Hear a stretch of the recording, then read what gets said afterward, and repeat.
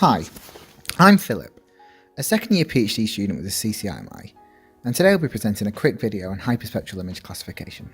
So I'm going to split this into two parts.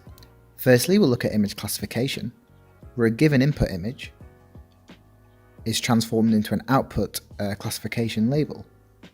Secondly, we'll look at hyperspectral imaging, how that relates to the electromagnetic spectrum, and how it differs from standard colour images. Let's look at the task of image classification.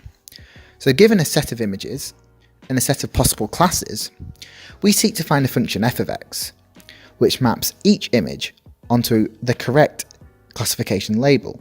So in this problem, we have the animal kingdom, and we seek to find a function f, which can identify different species of different animals.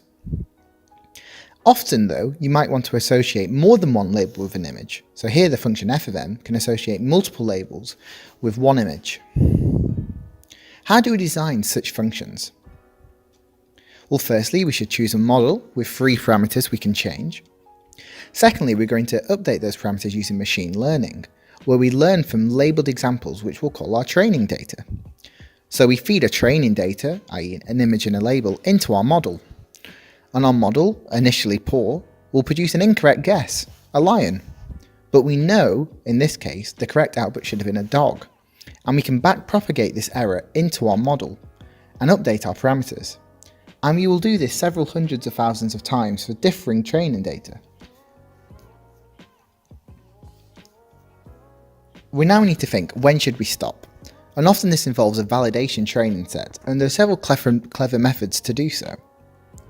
After we've stopped training, we can then test our model on a testing set to evaluate our performance. Let's now look at hyperspectral images. So we can denote that colour is incredibly important for a lot of machine learning image classification tasks. And let's look at an example.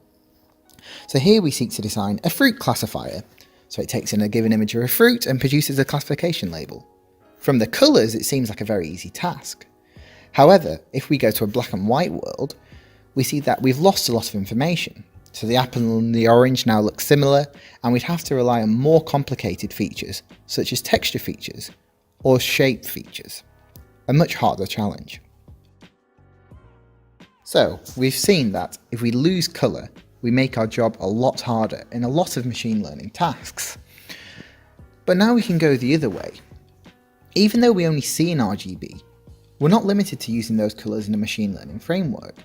In fact, we have the entire electromagnetic spectrum available to us, and we could sample in any number of those spectral bands. And this is what hyperspectral images seek to do. They sample hundreds of spectral bands, so instead of just being RGB, you produce a huge spectrum for each pixel.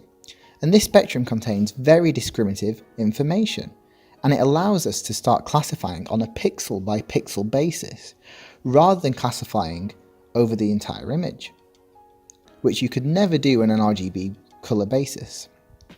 To see the power of hyperspectral imaging, here's an example. There's a farm in California from satellite data.